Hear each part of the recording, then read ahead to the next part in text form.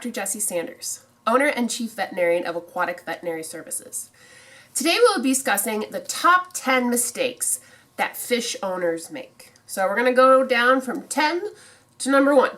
Starting with number 10 is considered lack of planning. So before you get started in the fish hobby, we highly recommend that you do your research into what species you are considering to bring into your home and make sure that you have a suitable environment. So if you want koi, they're going to need a pond, and you're going to need at least 250 gallons per fish. For goldfish, you're looking at least 20 gallons to start and maybe up to 100 gallons of fish. Tropical fish, there are so many different variations. You need to know what species you're going to plan on having. And, we always recommend that you underestimate the total number of fish, just in case something doesn't go to plan. There is no X number of fish per gallons rule. We have another video that you can look to kind of clarify that issue. If you're going into cichlids or saltwater, you have to be extremely knowledgeable about what species you want and how they interact with others, because they have some very specific species requirements as far as space, environment, water quality, and how well they play with others. So please plan ahead whenever you are getting ready to get a new tank or a pond or anything like that. So now we're on to number 9. And now that we've planned ahead, you're just going to go ahead and dump all those fish in that tank, aren't you? Well, really, you never want to dump all your fish into your tank at once. So our number 9 mistake is adding fish too early. Now, when you have a brand new system, your biologic filters haven't been established yet. And I know there are all these products over the counter that says they will instantly start your tank. And I'm sorry, they don't work. There's one that maybe shortens it a little bit, but really the best way to ensure that your tank or pond will survive that initial startup period is to start with a very low bioload. And this is going to be about 10 to 20% of the total fish you're going to put in there, provided that you even calculated that correctly. And those fish, starting out with that ammonia, getting into your system, that will slowly convert over to nitrite and then nitrate. And then you can slowly add some more fish. But just having that extra water volume will make sure the water is so much safer for those fish as you're very slowly bringing it up to your full capacity. So going on to number 8 is worrying too much about algae. So unfortunately, you take fish in water, add sunlight, you're going to get algae. There's really no way around it. Now, a little bit of algae, not a problem at all. It really becomes a problem when, there's just so much algae everywhere and maybe you aren't running your aeration or your filters all the time. So when algae has sunlight, it's very happy. Photosynthesizing, taking carbon dioxide, making oxygen. But as soon as the sun goes down, it wants to survive and it's going to need oxygen and it's going to take it out of the water. So if you don't have a constant source of new air coming into your water, your fish aren't going to have anything to breathe. And unfortunately, that's really going to be the point where your algae is going to make a severe problem for your fish. But again, as long as you're running your filters all the time, you're running your waterfall, you got an extra aerator in there. I mean, it bothers people. It really doesn't bother fish that much. Koi like to nibble at it. They're not actually eating the algae. They're eating the bugs trapped in the algae. Koi they aren't that keen on their vegetables. All right, so moving on to number 7 is feeding your fish too much, feeding them your love like your dogs and cats. Really, it's very hard to know exactly how much to feed your fish, provided we don't know how much they weigh and there's no calorie markings on any bags of fish food. So we actually have another video on how you should go about feeding your pond, your tank, be they tropical or goldfish or some other combination. But if your fish ends up obese, we've had some serious problems with obese koi that had some serious health issues because it was nothing but fat inside and around their heart muscles as well. Your heart has little problems beating when it's covered in fat. So in addition to that, our number 6 biggest mistake is not storing your fish food properly. So a lot of the times when we're out at a pond, there's a bag of food kind of tucked around the side of the house in full sunlight in the bag that's not sealed. And unfortunately, in doing that, your fish food is losing a lot of nutrition. So the best way for you to keep the nutrition in your food where you need it is to keep it inside in a temperate area, so an area that's not going to change in temperature too much, and in a sealed container. So that might mean putting it in a different container than what you bought it from. If it comes in a sealed bag or jar, great. Just bring it inside and put it in your pantry, in a cupboard. And really, that's the best place for it to hold on to a lot of its vitamins. So vitamin C, in particular, is a water-soluble vitamin. So anytime that air is exposed to that food, some of that vitamin C is going to evaporate. And in about 6 months, you have the nutritional equivalent of a piece of cardboard. So after 6 months, toss your food, get a new bag, and make sure you store it properly. Our number 5 biggest mistake is not understanding filtration. So, your tank, your pond pretty much has one little area, one little filter, and you do what you need to do, provided that you know what it's doing. So with aquarium filters that kind of hang on the back, they come with those silly little floss pads, and according to the box, you're supposed to replace these every month.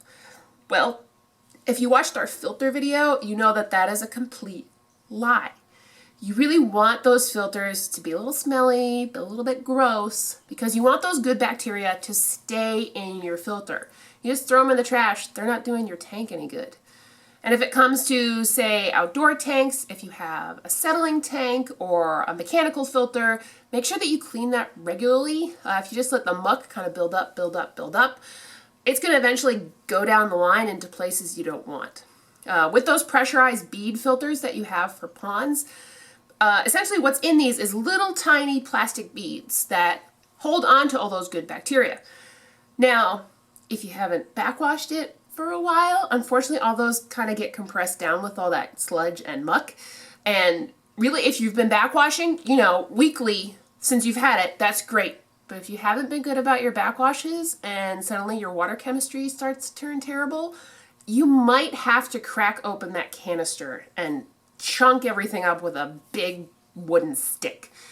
Just be glad we don't have sand filters anymore. I had to clean those out at the aquarium, and boy, were they gross. So make sure that you take the time to appreciate your filters and take proper care of them. It'll make your water chemistry woes so much more manageable. Which, going on to number 4, is people not testing your water. So if you watched me drink a cup of fish tank water in our clean water video, you will know that just because your water is clear does not mean that it is safe for fish. Get a liquid-based test kit and make sure that you test your water regularly to make sure that it is safe for your fish. You cannot see changes in ammonia, nitrite, pH, KH, or temperature, which is all the things that you're testing for. So that's really the only way you're going to know if your water is safe, is if you actually take the time to test it. So moving on to mistake number 3, is relying too much on those lovely internet search engines, forums, fish pages.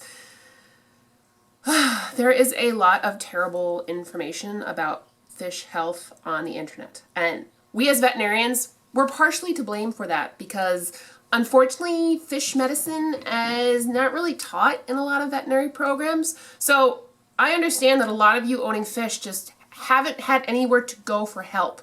And unfortunately, just what's on the internet is a lot of cause-effect treatment, which basically says you have these symptoms, you have this disease, you need this treatment. And unfortunately, medicine really isn't that simple, and you tend to miss a lot of things like water chemistry, like fish genetics, simple husbandry issues that, again, you're not going to know unless you have someone like me coming out and evaluating your entire system. So take anything that you read on the internet with a grain of salt. You can completely question our website. I've done the research with all these lovely books. I've asked colleagues.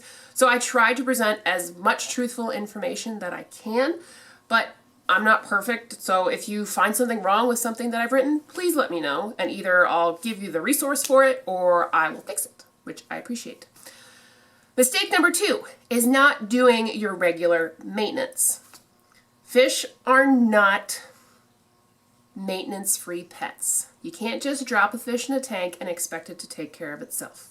Fish require the same amount of work as a cat or a dog. You don't have to take them for a walk, scoop out a litter box, but you do need to clean up their poop somehow. So getting in there with a vacuum, making sure you do your regular water changes and are keeping an eye on your water chemistry is critical. So again, make sure that you actually keep that on your calendar and do it on a regular basis. If you have family members, make them help you with it. It's not your job if everyone is appreciating the fish. Certainly if they're very small, maybe, give them some sprinkles of food. But certainly 10 ages and up, you should be able to take care of your own fish tank and be able to at least operate a gravel siphon and rinse out a filter in some tank water. Our number 1 mistake new fish owners make is not asking for help. So again, this kind of goes along with our internet search is you notice your fish is having problems and you hope it goes away. You try a couple things off the pet store shelves. Doesn't really change. You go on the internet, find some weird product from overseas, dump it in. Didn't really change. And then you just kind of give up and let the fish pass away. Well, I'm going to save you so much stress and hassle by telling you that if you notice your fish isn't doing so well, call us. It doesn't matter if you're out of state. We will pass you on to hopefully somebody in your area. Or you can go on to the American Association of Fish Veterinarians at fishvets.org and find an aquatic veterinarian in your state. For those of you who are international, you have the World Aquatic Veterinary Medical Association at wavma.org. There are fish veterinarians, obviously, and we want to help you. I don't care what level you are. You might be a complete novice. You might have been doing this. Your grandfather has been doing this. We're here to help you as a resource. I'm not going to force you to use our services, but if you go on our website, again, cafishvet.com, I've written over 400 articles on there that are completely free for you to read. You just have to go, actually read them. We have this wonderful video series that hopefully at least presents some of these issues a little more friendly with the face. But please, if your fish is struggling, ask for help from a reliable source. We are here. Our website will be on the very end. So please make sure that if your fish is struggling, get them help. Don't just wing it. We are here for your fish. I am here for your fish. Any fish, anywhere. I will do what I can to help. But unfortunately, we're stuck here in California. So if you're here in California, I'll come see you. But other than that, we'll try to find somebody in your area. So those are our top 10 mistakes pet fish owners make. If you made any of them, congratulations, you don't have to make them anymore. We will provide the link to all of these articles in the notes section for this video. But hopefully you learned something, and if you are looking for more fish health information, please visit our website at cafishvet.com.